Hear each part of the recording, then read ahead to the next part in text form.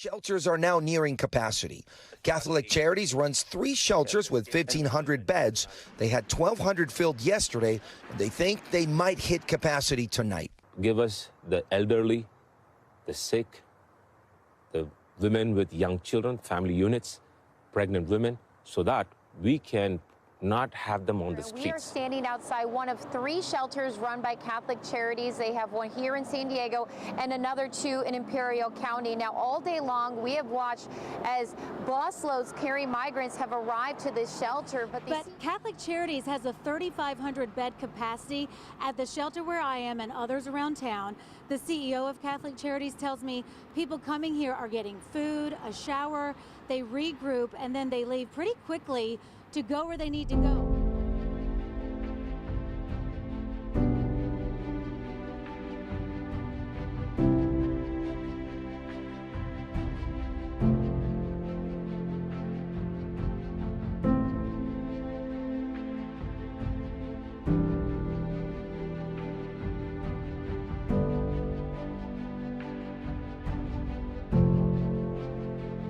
Bienvenidos, nosotros somos Caridades Católicas, un albergue para ayudarle a llegar a su destino final, okay? When people arrive to our services, because of the long journey they've had going through multiple countries, they're in need of basic needs. So we receive babies who need diapers, need formula, need bottles, pacifiers.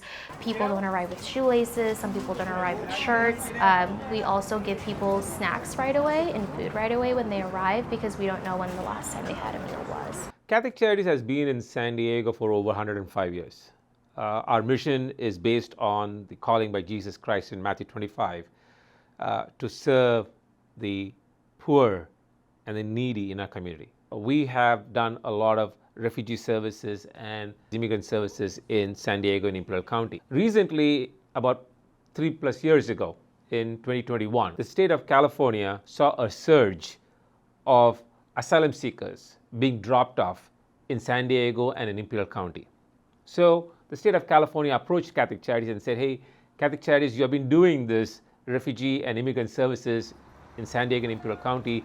Can you help us as the state of California to provide shelter and care? So on April 4th, which happens to be Easter Sunday of 2021, April 4th, 2021, we started helping the state of California by providing shelter and care in Imperial County, in the city of El Centro. And then a month later, the state of California, seeing how efficiently our team has been doing this to provide shelter and care for those individuals who are being processed and released by Department of Homeland Security, they said, why don't you open up here in San Diego County? So on April 4th, we opened up in Imperial County. On May 25th, we opened the shelter here in San Diego. So the only people that we receive at each of our shelters, they've been processed through Border Patrol. So they're pending asylum.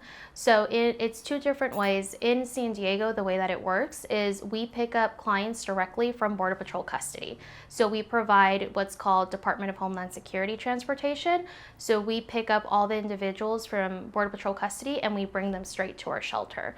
Everyone who arrives to our shelter has documents with them, has an A number, and they're able to travel to any state within the country. In Imperial, it's a little bit different. We receive clients from Border Patrol directly. So we work with El Centro Border Patrol. They drop off clients at our shelter. We work with the Port of Entry in Calexico, and we pick up clients from the Port of Entry. So transportation is a little different, but still everyone that we receive at both shelters, they have documents and they've been processed. Once they process them and they find out that they could be eligible for asylum, they issue a paper known as Notice to Appear. And this Notice to Appear has the location, the final destination in the United States, and the date on which they should appear. And they release them to Catholic Charities. When they come in, the first and foremost thing we say to them is, welcome to the United States. They get examined by our healthcare providers on site at both locations. After that screening is done by the healthcare provider, our case managers get engaged with them. First and foremost, sometimes they're so tired they can't even think. We ask them to get some rest.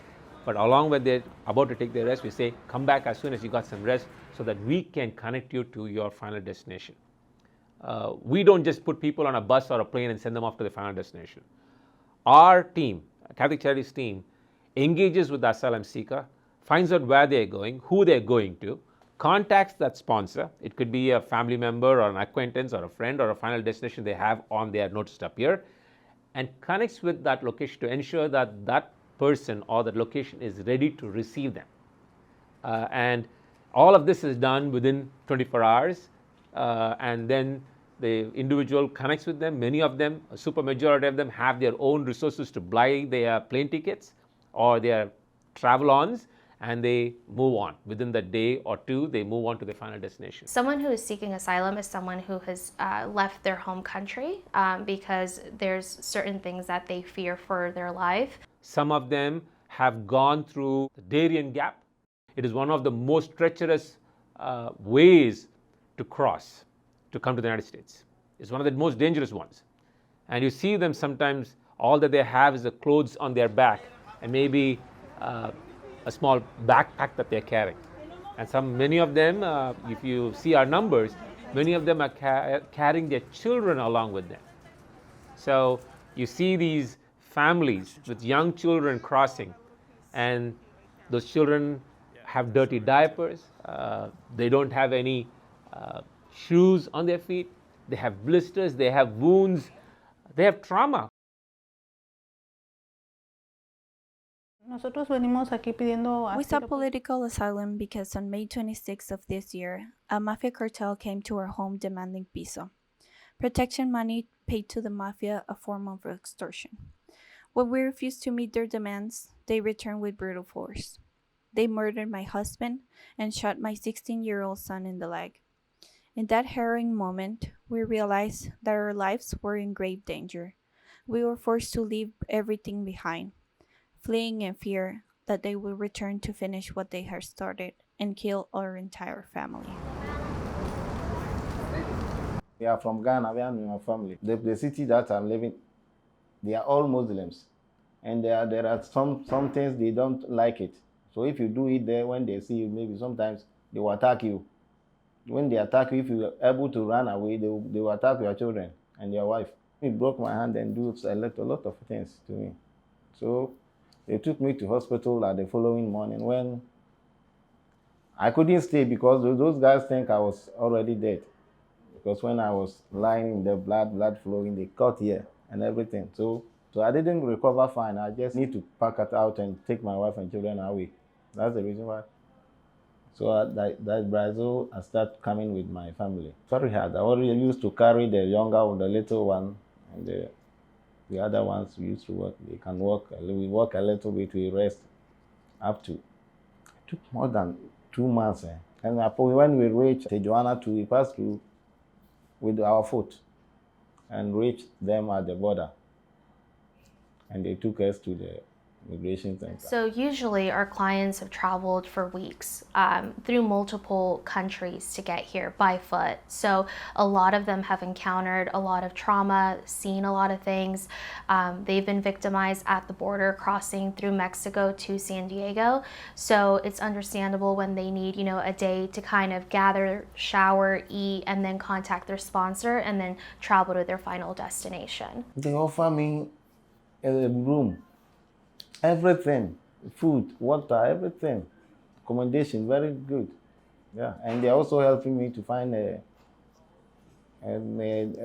place to locate. The shelter is a lot of help for people like me who have nowhere else to go. They offer us a safe place to be, food, and there is good people here that make us feel human again. When I'm challenged with the thought process of why is Catholic Charities doing, first and foremost, but most importantly, why are these people coming to us? And why are they doing it this way? I'm a father of 2.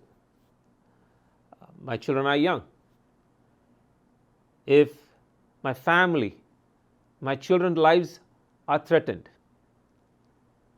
then I would do exactly what they are doing.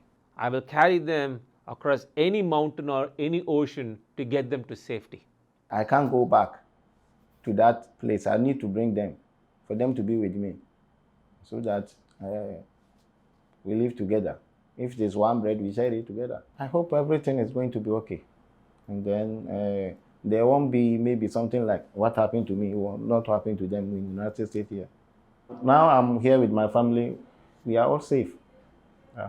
Because for those people who are looking for me, they are all down there. So I'm safe here. Catholic Charities over these 105 years in San Diego and Imperial County has touched the lives of thousands of individuals. We have been running shelters, we have been running pantries, we have been providing service to seniors, for families, and everybody in between. We are basically a safety net organization. The Migrant Respite Shelter is basically one part of the many things that we do here in San Diego. For those who are viewing this video, one of the important things that they have to realize is Catholic Charities here in San Diego and Imperial County is first and foremost a humanitarian assistance agency. When a disaster happens, Catholic Charities is there. When people need food, Catholic Charities is there. When people need a shelter, Catholic Charities is there. In a similar environment, when people are getting processed by Department of Homeland Security, which is basically Border Patrol and ICE, and released into the streets of San Diego and Imperial County, Catholic Charities is exactly doing what we've done for 105 plus years, doing that humanitarian care. Because if we are not there, these individuals would become homeless in the streets of San Diego and Imperial County, and even worse, they can become victims on the streets.